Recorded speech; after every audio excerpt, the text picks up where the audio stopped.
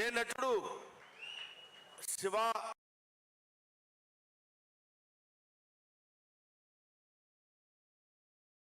విగ్రహానికి పాత్రుడవుతాడో ఆడు Kannappa.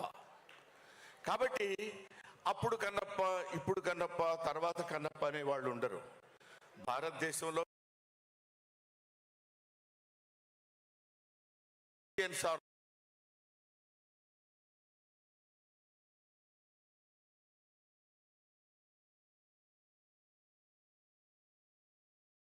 Anything, they are simply భక్తులు మాత్రమే. అది ఎలా భక్తులు మాత్రమే అంటే అందరం కన్నప్పలమే ఆ లెక్కన. ఆయన ఏమన్నాడంటే, కొంచెం పైనున్న మిత్రులకి కాస్త కొంచెం ఇబ్బంది కలిగిన, పూర్వ ఆశ్రమంలో తెలుగు లెక్చరర్ కాబట్టి ఒక చిన్న ముక్క చెప్పి దాన్ని ఉదహరిస్తాను మీ ముందు. ఇక్కడ భక్త కన్నప్ప అంటే కన్నప్ప శ్రీకాళహస్తీశ్వర శతకము, శ్రీకాళహస్తీశ్వర మహత్యము. శ్రీ అంటే సాలెపురుగు, కాళము అంటే పాము, హస్తి అంటే ఏను. శ్రీకాళహస్తి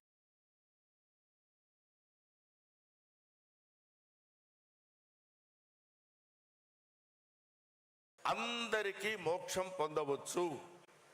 మోక్షం కొంతమందికే కాదు, పూజలు పునస్కారాలు చెప్పే వాళ్ళకి, వేదాన్ని చదివే వాళ్లకు, హోమాలు చేసే వాళ్ళకే కాదు. ఏ వేదంబు పఠించే లూత, లూత అంటే సాలెపురుగు చదువుకుంది. ఏ వేదం లూత భుజగంబు ఏ శాస్త్రములు చూచాను. పాము ఏ శాస్త్రాలు చూసింది. ఏ విద్యాభ్యసనం బనర్చ కరి, ఏ విద్యలు చదువుకుంది ఏనుగు. చెంచు ఏ మంత్రం ఊహించాను. చెంచు అంటే ఇప్పుడు మన కథ, కన్నును తీసి అప్పకి అర్పించిన వాడు కన్నప్ప. అటువంటి వాడు వీళ్ళందరినీ సమానమైనటువంటి దృష్టి, ఎవడైతే నన్ను ఆత్మార్పణ చేసుకుని తన ఆత్మని నా పాదాల దగ్గర నైవేద్యంగా పెడతాడో వాడికి నేను మోక్షాన్ని ప్రసాదిస్తాను.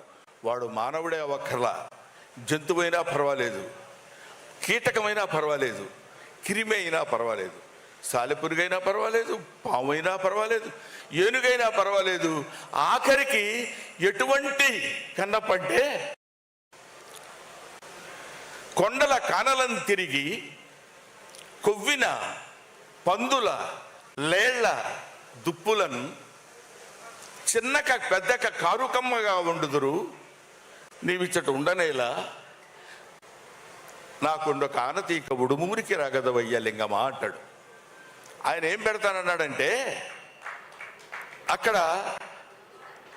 ఇది ఈయనకు పెడుతున్నాను, ఈ కొవ్విన పందుల లేళ్ల దుప్పులను, పంది మాంసం, లేడి మాంసం, దుప్పి మాంసం కూడా తెచ్చి పెడతానంటున్నాడు. అంటే తాను భుజించేటువంటి ఆహారాన్ని నీకు చిత్తశుద్ధిగా నైవేద్యంగా నీ పాదాల దగ్గర పెడతామని ప్రభు అని కోరుకున్నటువంటి వాడు కన్నప్ప. అందులో ఎంత నిజాయితీ ఉంది, ఎంత నిష్కల్మషంగా చెప్పగలుగుతున్నాడు అనేటువంటిదే శివుడు అనేటువంటి వాడు ఉంటే ఆయన మనల్ని భక్తి పరిగణలోకి తీసుకుని మనల్ని ఒక భక్తుడిగా ఆయన ఆస్వాదిస్తాడు. అలాంటి వాడే మార్కండేయుడు. ఆయన్ని ఎవడైనా ఏదైనా తిట్టినా పర్వాలేదు, కానీ దేవుణ్ణి తన భక్తుడిని ఎవడంటే మాత్రం ఊరుకోడు, క్షమించడు.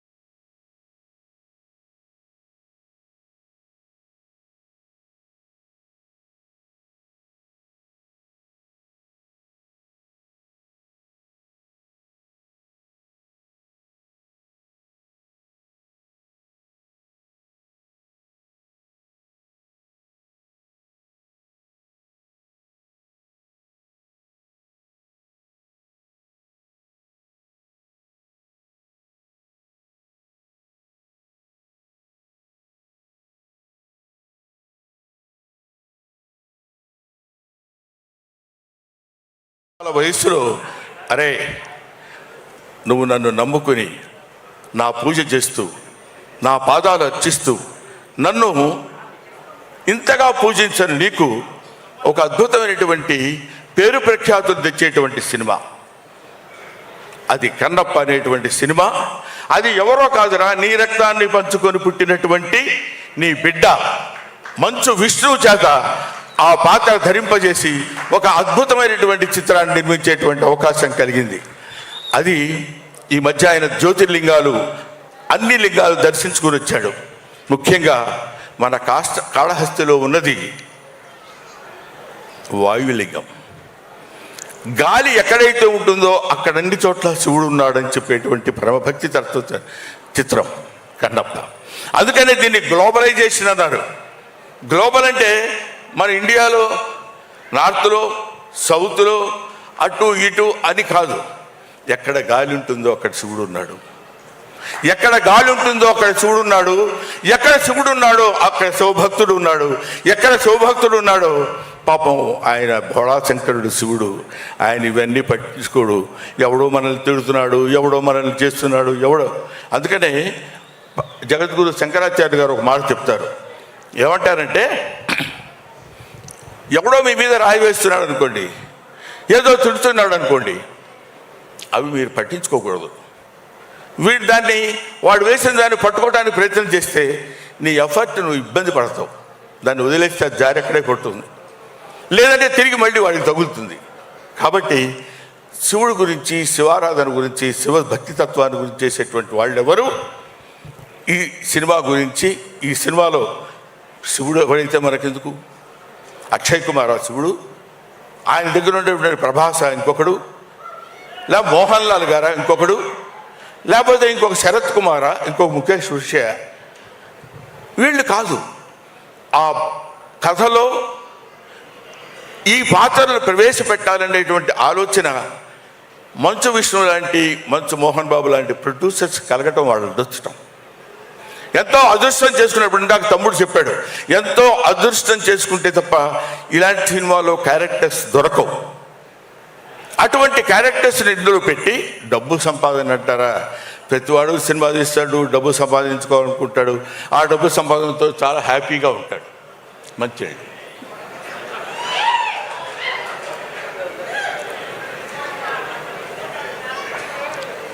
ఎవరైనా డబ్బు సంపాదించవచ్చు అద్భుతమైన రీతిలో, ఏ విధంగా అయినా సంపాదించవచ్చు. కానీ డబ్బు సంపాదన, ధనార్జన ఒక సక్రమమైన పద్ధతిలో, సరైనటువంటి ఆలోచనలో, సరైనటువంటి పద్ధతిలో సంపాదిస్తే అందులో ఈ భక్తి రసమైనటువంటి ద్వారాన్ని ఎన్నుకుని ఎన్నో అందుకనే చాలామంది ఈ సినిమా ఏంటంటే మొదలుపెట్టిన దగ్గర నుంచి అన్నీ కష్టాలే అన్నాడు ఎవడో. పరమశివుడు ఊరికినే ముక్తిని ప్రసాదించాడు. 10 కాలాల పాటు విష్ణుబాబు కన్నప్పగా నిలబడిపోతాడు అని చేయటానికి ఇలాంటి కష్టాలన్నీ పెడుతూనే ఉంటాడు. మీకు ఇంకొక విషయం, లోక కళ్యాణార్థమై వర్షం పడే ముందు ఉరువులు, మెరుపులు, దడదడలు, సౌండ్స్ తప్పవు. అందుకే ఆయనకి ఇలాంటి, అందులో మోహన్ బాబు గారిది తోలు మామూలుగా మనం లెదర్తో చేసిన గుండె కాదు, అతుంది అదొక స్టీలు. దాన్ని ఎన్నన్నానండి అలా పెట్టి ఊరుకుంటాడు తప్ప కొట్టుకుంటారు, ఆయన్ని కొట్టుకుంటారో అని చెప్పగలిగినటువంటి చావున్నటువంటి వ్యక్తి. దానికి తోడు మోహన్ బాబు గారు ఇన్ని సంవత్సరాల శివపూజ ఫలితంగా తన కుమారుడైనటువంటి విష్ణుబాబుతోటి కన్నప్ప సినిమా తీయాలనుకోవడం ఒక అద్భుతమైనటువంటి ఆలోచన. అది ఆయనకు కలిగిందని ఆయన అనుకుంటాడు, నేను అద్భుతమైన నటన ప్రదర్శించానని విష్ణుబాబు అనుకోవచ్చు, ఇందులో నటించిన వాళ్ళు అనుకోవచ్చు. ఇదంతా ఈశ్వరేచ్ఛ అనేది మాత్రం మనం తెలుసుకోవాలి. ఆయన చేసినటువంటి డిజైన్లో మనందరం చిన్న చిన్న పావులు మాత్రమే, మనం చేసి తీరాలి. నాకు తెలిసి ప్రభుదేవ ఉన్నాడు. ప్రభుదేవాన్ని దీనికి ఎందుకు సెలెక్ట్ చేసుకున్నాడో నాకు అర్థం కాలేదు, నాకు తెలియదు. కానీ ఎప్పుడు ప్రభుదేవ మొట్టమొదటి జగదేక వీరుడు అతిలోక సుందరి చిరంజీవి గారి సినిమాలో అయిన కొరియోగ్రఫీ చేయడానికి వచ్చినప్పుడు విభూతి ఇలా పెట్టుకొని వచ్చేవాడు. ఎవరి కుర్రాడు అనుకున్నాను నేను, అప్పుడు నాకు తెలియదు. అప్పటి నుంచి ఇప్పటివరకు శివభక్తి తత్వులు వాళ్ళ చేతనే ఈ సినిమాలో కొరియోగ్రఫీ చేయించారు.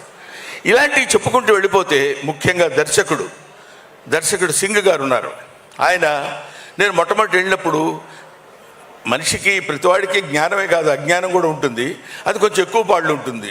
అప్పుడు నాకు అది పనిచేసి ఈయనేంటి ఈ డైరెక్టర్ గారు ఏంటి ఇలా తీస్తున్నారు, అబ్బా ఇంకా బాగా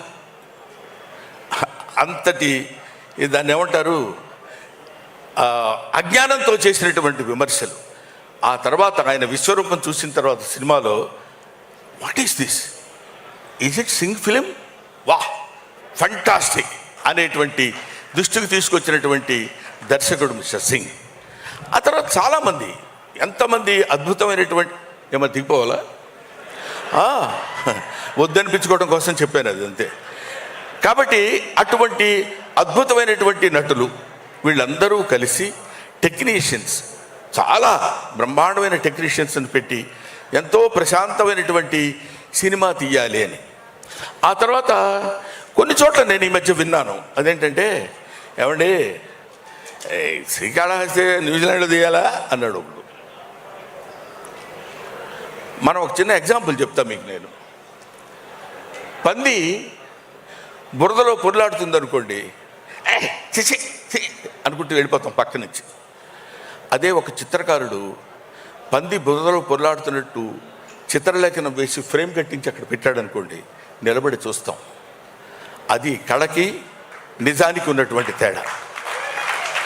మన చేత అది చూపించాలి, మనందరం దాన్ని ఇంట్రెస్టింగ్గా చూడాలి అని నేను నటించేటువంటి ఈ సినిమా నన్ను ప్రేమించేటువంటి శివుణ్ణి ప్రేమించేటువంటి శివారాధకులైన వాళ్ళందరికీ కనులకి ఒక పండుగల ఒక అద్భుతమైనటువంటి ఫీస్ట్కి కలగజేయాలనేటువంటి ఆలోచనతో అంత దూరం వెళ్ళి వాళ్ళందరినీ తీసుకుని ఎందుకంటే చక్కగా ఈ పక్కనే దుర్గం చెరువు ఉంది కదా తీసేస్తే పోద్ది అని అనుకునే వాళ్ళు కూడా ఉండొచ్చు. అనుకోవటం గురించి మనం మాట్లాడద్దు, లెట్ దెమ్ అనుకోవటం వాళ్ళ వంతు, పడటం మన వంతు అనుకుందాం. కానీ వీటన్నిటినీ చూసేవాడు ఒకడు ఉన్నాడు అనుకోవటం మన వంతు, మన అందరి వంతు. కాబట్టి వీ డూ అవర్ జాబ్. భగవద్గీతలో చెప్పినప్పుడు మన పని మనం చేసుకుంటూ వెళ్ళిపోతాం. ఆ రిజల్ట్ ఏది రావాలో ఏది కావాలో ఆ పరమేశ్వరుడికి తెలుసు. అందుకే ఈ సినిమా ఒక అద్భుతమైన విజయాన్ని సాధిస్తుందని నేను మనస్ఫూర్తిగా నమ్ముతున్నాను. నమ్మి తీరాలి ఎవడైనా. ఆ సినిమా చూసిన తర్వాత మరీ ఇంకా తెలుస్తుంది. ముఖ్యంగా come to the artistic points. ముందుగా మోహన్ బాబు గారి గురించి చెప్పాలి. మోహన్ బాబు గారు చాలా గొప్పవాడండి, మంచి నటుడు. 7 సేవలు అంటాడు ఎవరో నీకు చెప్తుంటే, మాకు తెలియదా ఆ విషయం నువ్వు చెప్పాలా అని. మోహన్ బాబు గారు భారతదేశం గర్వించేటువంటి అతి తొమ్మిది నటుల్లో ఒకడు, భారతదేశం నటుల్లో ఉన్నటువంటి వాళ్ళలో ఒకడు. ఆ రోజుల్లో ఓ దిలీప్ కుమార్, ఒక అక్కినేని నాగేశ్వరరావు, ఒక ఎన్టీ రామారావు, ఆ ఏజ్ తర్వాత వచ్చినటువంటి తరంలో మోహన్ బాబు గారు ఒకరు. ఏమయ్యా నిన్ను హైదరాబాద్ నుంచి పొగిడించుకోవడం కోసం పిలిచాడా ఆయన మీరు అడగొచ్చు. చొక్కా పట్టుకుని అడిగినా నేను చెప్పే పాయింట్ ఒకటే, ఒక డైలాగ్ చెప్పాడు అంటే ఇలాగే చెప్పాలి కదా అనిపిస్తుంది. వోకల్ కార్డ్స్ నాకు అలాగే 10 నిమిషాలు నేను మాట్లాడమంటే మాట్లాడాను. భగవంతుడు ఆయనకి ఇచ్చినటువంటి స్వరం అలాంటిది. ఒక అద్భుతమైనటువంటి స్వరధునిని ఆయనకి ఇచ్చాడు. నటనలో మేము చిన్న కామెడీ వేషాలు వేసుకునేవాళ్ళం. గబగబా ఆయన దగ్గరికి వెళ్ళి ఏంటి గురుగారు, ఉండవా డైలాగ్ ప్రాక్టీస్ చేస్తున్నాను ఇక్కడ. ఆయన క్యారెక్టర్ చేసేటప్పుడు పాత్రలో ప్రవేశించి అద్భుతంగా నటించి మెప్పించినటువంటి నటుడు అతి తక్కువ మంది ఉంటారు. అలాంటి వాళ్ళలో చెప్పండి డైలాగ్, సరే అని చెప్పేవాళ్ళు ఉండొచ్చు. ఇలాంటి వాళ్ళు అతి తక్కువ మంది నటినట్లు ఉంటారు. అందులో మోహన్ బాబు గారు ప్రథమం. ఇటువంటి వాళ్ళు ఇంకా ఇన్ని సంవత్సరాలు ఏమన్నా మీకు ఒక 50 ఉంటాయా? 50 అండి? ఓహో, ఇండస్ట్రీకి వచ్చి 50 ఏళ్ళు అయింది ఆయన. నీకు అనుకుంటా బహుశా.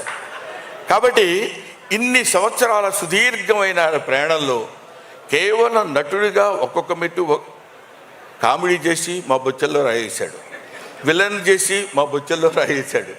Comedy, villain, character artist, hero, ఎన్ని రకాల పాత్రలు ఉన్నాయో అన్నీ చేయగలిగినటువంటి సమర్థత కలిగినటువంటి నటుడు ఆయన మోహన్ బాబు గారు. ఈ సినిమాలో మహాదేవ శాస్త్రిగా ఇందాక మీరు చూశారు. ఆయన యొక్క ప్రావీణ్యత, ఆ నడక, ఆ టీవీ, నిజంగా ఈయన ఎన్ని వేదాలు చదువుకున్నాడు రా బాబు అనిపిస్తుంది. విడిగా చదువుకోవాలి, మనకు తెలుసు అది. కానీ అక్కడ ఆయన నేర్చుకున్నటువంటి విద్యతో ఒక అద్భుతమైనటువంటి భ్రమ కలిగించేటువంటి నటుడు మోహన్ బాబు గారు. సరే, ఆయన గురించి పక్కన పెడితే విష్ణుని చూశా. దుంపదగా విష్ణు కన్నప్ప అంటున్నారు. అప్పట్లో రాజకుమార్ వేశాడు, ఆ తర్వాత కృష్ణరాజు గారు వేశారు, మళ్ళీ ఇప్పుడు ఇతను అంటున్నారు. వీడు ఏం చేస్తాడు రా బాబు అనేటువంటి ఆలోచన ఉండొచ్చు. నాకే కలిగిందంటే చాలామంది కలిగి ఉంటుందిగా.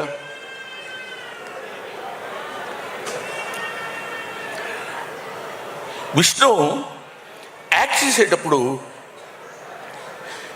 ఏదో చేసేసి వెళ్ళిపోవడం కాదు. ఈ షాట్ అయిపోయిందండి ఓకే అని కాకుండా ప్రతి షాట్, దీనికి డబ్బులు ఖర్చు పెట్టడం ప్రధానం కాదు.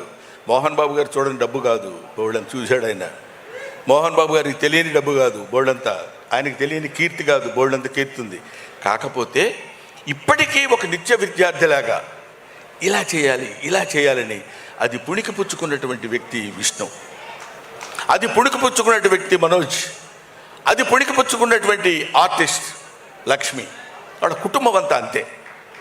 వాళ్ళు నటించడం ముఖ్యంగా ఈ సినిమాలో, కన్నప్ప సినిమాలో విష్ణుబాబు ప్రతి షాట్కి వెళ్ళి అది చూసుకుని బాగుంది, ఫైట్ ఇది బాగుంటుంది, ఇది ఇక్కడ బాగుంటుంది, ఇది ఇక్కడ బాగుంటుంది, గ్రాఫిక్స్ ఏదో మధ్యలో బాగాలేదు అది ఇది అన్నారు. కాదు, అమెరికా వెళ్ళిపోయి కూర్చుంటాను, గ్రాఫిక్స్ దాని పీక్స్ ఎంతవరకు ఉందో అంతవరకు విఎఫ్ఎక్స్ చేసి తీసుకొచ్చినటువంటి ప్రొడ్యూసర్ మోహన్ బాబుని పేరే కానీ producer come hero, that is Vishnu. అంత కష్టపడ్డాడు అతను. ఈ సినిమాలో నటించిన వాళ్ళు ఇంకా మోహన్ లాల్ తమిళనాడు, అదే మలయాళంలో అతను, శరత్ కుమార్, అక్షయ్ కుమార్, వీళ్ళందరూ వాళ్ళ యొక్క శక్తిని ఎందుకు అంత కష్టపడి ఈ సినిమాలో యాక్ట్ చేశారు అంటే, సినిమాలో ఉన్నది గుండెకాయ, ఆయువు పట్టు, శివుడు పరమేశ్వరుడు. ఆయన నుంచి ఎవడు తప్పించుకోలేము మనం. ఏం చేద్దాంలే అనుకున్నా కూడా ఊరుకోలేము. కాబట్టి అటువంటి నటీనట్లు పోతే, అన్నా నువ్వు కూడా వాళ్ళ గురించి చెప్తావు కానీ మేము కూడా యాక్ట్ చేశాం కదా అన్నా అని మన రఘు, మన Saptagiri Raghubabu is versatile artist. మన శివబాలాజీ, ముఖేష్ ఋషి గురించి మనం చెప్పేదే ఉంది. ఈ సచే అంటే ఆయన ఒక ఇందాక అమ్మాయి చెప్పినట్టు స్క్రీన్ మీదకి వస్తే భయంకరంగా ఉంటాడు, బాబోయ్ వీడేంట్రా అన్నట్టు. ఆ తర్వాత అంత సాఫ్ట్ మ్యాన్, అంత ఇది అద్భుతమైనటువంటి నటీనటుల యొక్క కలయిక. ఇక్కడ ఉన్న వాళ్ళ పేర్లే మనం చెప్పుకుంటున్నాం. హీరోయిన్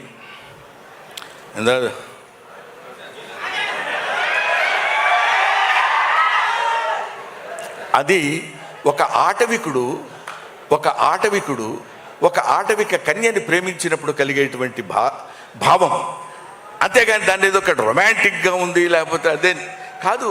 మానవుడికి రొమాన్స్ అనేది అతి సహజమైన గుణం. ఆకలి దాహం ఎలా ఉంటుందో రొమాన్స్ కూడా అలాంటిదే. అటువంటిది ఆటవికుడైన వాడు ఎట్లా ఉంటాడు?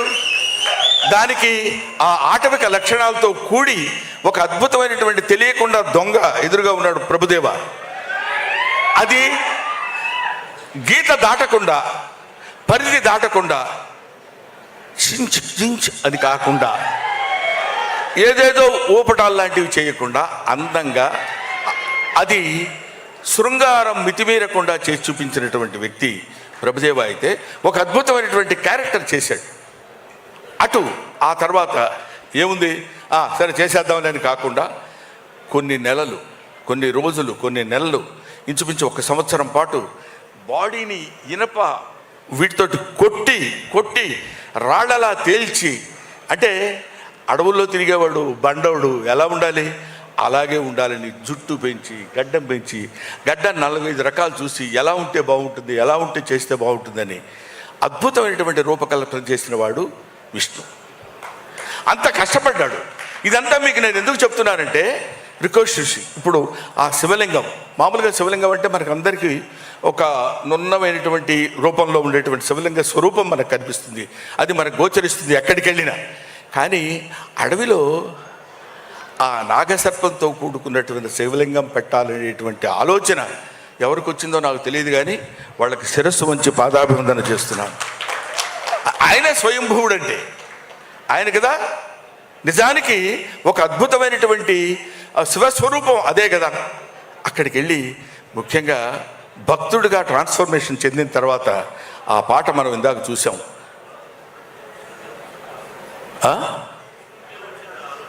ఇది మేము మాట్లాడుతున్నప్పుడు మీరు డిస్టర్బ్ చేయకండి సార్.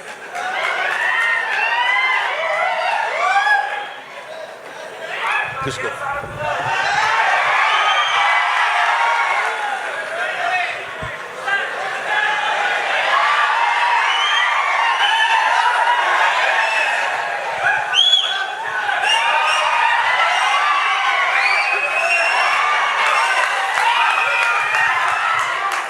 అది అటువంటి అంటే ఊరికే జస్ట్ కామెడీ కోసం అలా చేశాను, లేకపోతే ఆయన ఊరుకుంటాడా? ముక్కల ముక్కల కింద నరికేస్తాడు, మామూలుడు కాదు, నాకు తెలుసు, అది మీకు తెలుసు, అది వేరే సంగతి. కానీ అటువంటి ఇక్కడ ప్రతిదీ మనం నాకు తెలుసు నేను ఎక్కువ మాట్లాడుతున్నానని, మీరు కూడా ఒక 70-80% ఇంట్రెస్ట్గా వింటున్నారని తెలుసు, ఓ 20% బోరు కొట్టుద్ది, ఏంట్రా పద్యాలు పాటలు చదువుతున్నాడని. కానీ ఇక్కడ చెప్పాల్సినటువంటి బాధ్యత ఉంది కాబట్టి ఈ సినిమాలో నేను యాక్ట్ చేసిన వాడిగా కాకపోయినా సరే శివుడి గురించి చెప్పుకోకుండా ఎవడు ఉంటాడండి?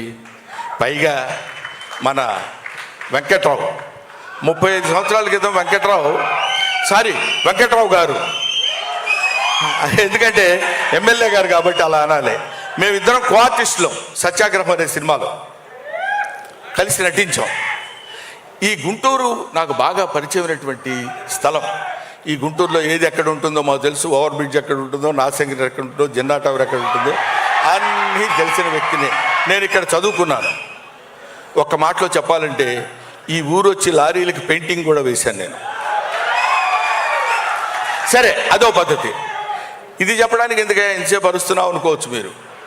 ఇది నీ చేత మోహన్ బాబు గారిని అభ్యర్థించి ఇక్కడ తీసుకొచ్చి ఇక్కడ ఈ కార్యక్రమం నిర్వహించవలసిందిగా నీలో ప్రవేశించిన వాడు మన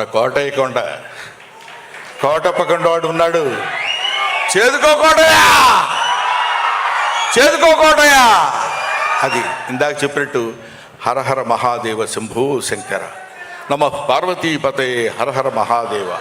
ఆ తండ్రి తలుచుకుని ఇన్ని రకాలైనటువంటి కారణాల వల్ల మనం ఒక అద్భుతమైన రీతిలో ఈ గుంటూరు ఒక అందమైనటువంటి కళలకి కానాచి గుంటూరు ఈ ప్రదేశంలో ఈ కార్యక్రమం నిర్వహించాలని నిర్దేశించిన వాడు సకల సృష్టి స్థితి లయకారుడైనటువంటి పరమేశ్వరుడు, ఈశ్వరుడు.